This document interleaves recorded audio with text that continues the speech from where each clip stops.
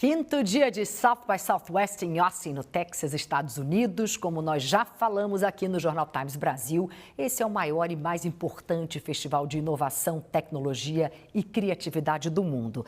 Afinal, o SXSW reúne quem pensa e quem faz as tendências do presente e do futuro no mundo todo. E é para lá que nós vamos falar com Marcel Nobre, especialista em inovação e tecnologia e que está tendo o privilégio de acompanhar o evento ao vivo. Marcel, boa tarde para você. Ainda boa tarde aí em Austin, são 6h10 da tarde, digamos assim, no Texas. Eu quero que você comece contando os destaques desse quinto dia, mas antes eu faço questão de mostrar para o nosso telespectador o que aconteceu hoje no palco principal do SXSW. Vamos rodar. De amor, as coisas que aprendi nos discos, quero lhe contar como eu vivi e tudo o que aconteceu comigo.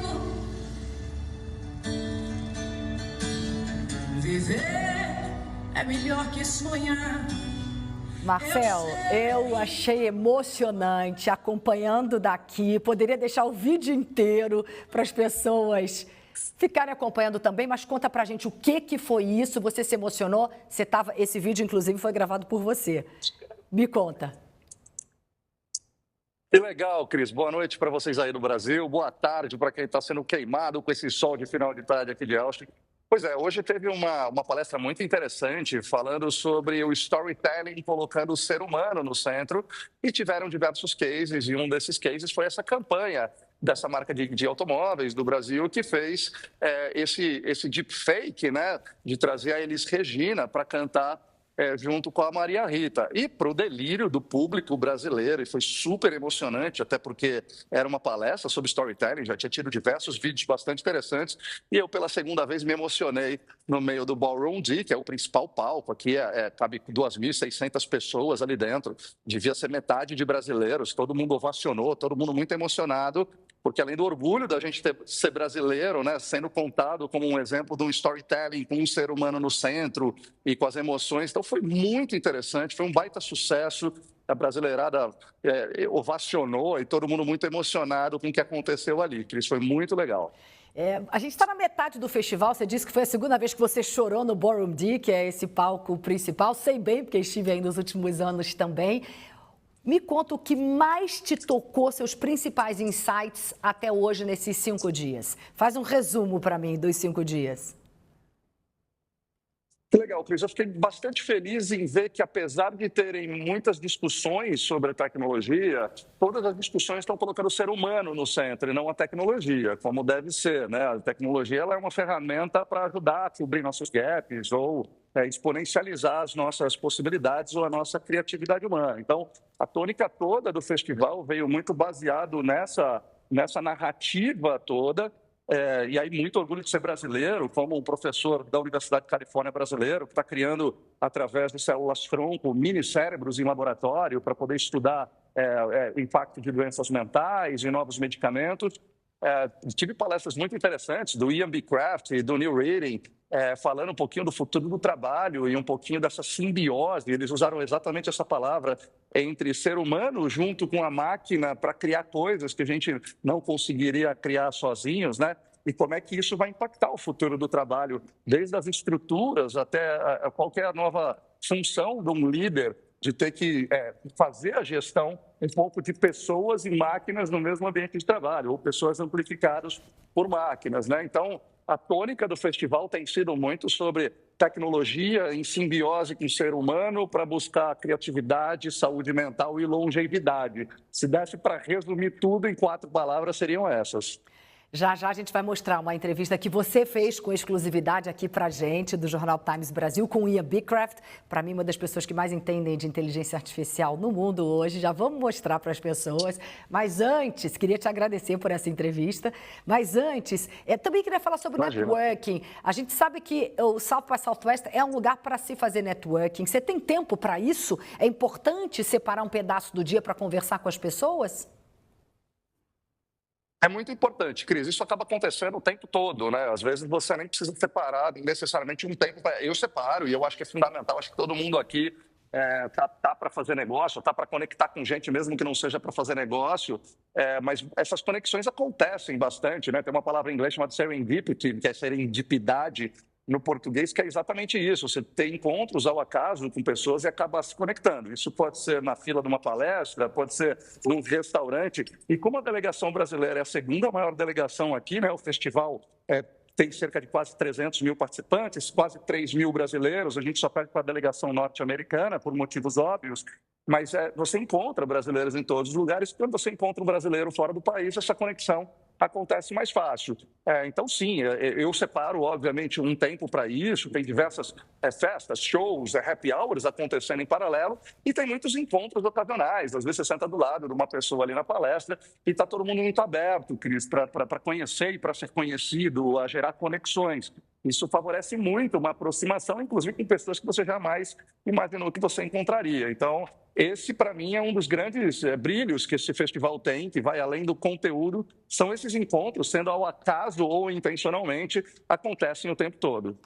Quero pegar um gancho do que você acabou de falar, né, de muitos brasileiros, é a maior delegação estrangeira, a segunda maior, tirando, claro, a gente levando em consideração os americanos, por motivos óbvios, né, esse festival está nos Estados Unidos. A gente sabe, Marcel, que o badge, como a gente chama aí, o ingresso, custa caro, são aproximadamente $2.000, estamos falando aí de mais de R$10.000. Tem passagem, tem hotel, tem alimentação. Por que o SXSW atrai tanta gente do nosso país, na sua opinião? Eu acho que nós brasileiros, nós somos early adopters, a gente adota cedo as novas novidades, é um pouco, acho que, de característica mesmo do povo brasileiro. Realmente não é para qualquer pessoa, você tem que ter acesso a isso. Obviamente que tem formas de você vir para cá um pouco mais barato, se você é um estudante, você tem metade do desconto, tem algumas empresas patrocinadoras que cedem o desconto, ou se você faz parte da mídia. Mas é uma viagem que realmente não são todas as pessoas que conseguem vir, né? Então, a gente vê muito perfil de executivos que vêm pelas suas próprias empresas, de empreendedores, de pessoas que trabalham com tech, de influenciadores, né, os creators, que estão aqui em massa. Eu acho que é muito por causa dessa nossa sede, né, de querer participar do que é novidade, de saber primeiro que todo mundo o que está acontecendo. Esse FOMO, né, esse medo de ficar por fora, talvez seja o segredo de ter tanto brasileiro aqui, muito mais do que qualquer outra delegação, pelo menos na minha opinião, Cris. E agora o FOMO virou FOMA, né? Que é o Fear of Missing Anything, que é o medo de perder tudo. Nesse momento, eu estou exatamente sentindo isso, Marcel. Preciso confessar para você. Agora, assim, em meio a tantas palestras, tantos painéis, você tem conseguido acompanhar a repercussão do SXSW na imprensa americana? Porque, apesar da gente receber, né, do SX, receber convidados famosos, Nicole Kidman, Ben Affleck, Ben Stiller, Michelle Obama, que ainda vai palestrar no dia 13. Ainda, na sua opinião, é um evento de nicho? É mais acompanhado por pessoas interessadas em inovação e tecnologia mesmo? Por que eu estou te fazendo essa pergunta? Aqui no Brasil, por exemplo, uma cobertura diária, como a nossa, aqui no Times Brasil, licenciado exclusivo CNBC, que a gente está falando de South by Southwest em praticamente todos os nossos telejornais, a gente só vê na nossa emissora, porque nós somos ligados em tendências, somos ligados em futuro. Você ainda enxerga como algo de nicho? Sem dúvida, Cris. Eu acho que primeiro pelo custo de você vir num festival desses, você acaba afastando um público muito grande, né? Aqui você tem 3 públicos distintos, né? Você tem as pessoas que vêm por causa da tecnologia e da inovação, tem uma galera da música, porque é um festival de música que acontece em paralelo, e uma galera do cinema, que é uma outra galera. Então, quando a gente... são 3 segmentos muito nichados, e ainda é uma bolha dentro de uma bolha, né? A gente está falando de 280 mil pessoas do mundo inteiro, né? Você tem gente do Japão, da China, de Cuba, de todos os lugares. Eu tenho percebido que, às vezes, nem os próprios americanos sabem que existe o festival. Às vezes, um motorista de aplicativo, quando pega, está perguntando o que eu estou fazendo, e tem algumas pessoas que não sabem o que é o festival, né? Aqui, a gente fica muito aqui no centro da cidade, em Downtown Austin, é uma micro bolha, né? A cidade é muito grande, quem está fora disso às vezes nem participa tanto do festival. Então, sim, é um nichado mesmo, tanto para música, para cinema, quanto para essa parte mais de inovação, e vem pessoas que estão mais conectadas a esses ecossistemas e tem um filtro natural do custo de vir para um projeto desse, né, para um festival desse, para quem não é aqui do país, né? Então, realmente ainda é bastante nichado, acho que tem muita oportunidade e acho incrível esse tipo de iniciativa da CNBC Brasil de conseguir levar esse letramento, levar essa informação para todo mundo. É isso aí, Marcelo, e contamos com a sua ajuda aí também. Muito obrigada. Prazer sempre conversar com você. Obrigada mesmo. Agora vai lá, porque eu sei que tem happy hours interessantes acontecendo hoje. Tchau, tchau. Beijo para você. Bora se conectar, Cris. Muito obrigado. Um beijo, boa noite. Obrigada. Boa noite.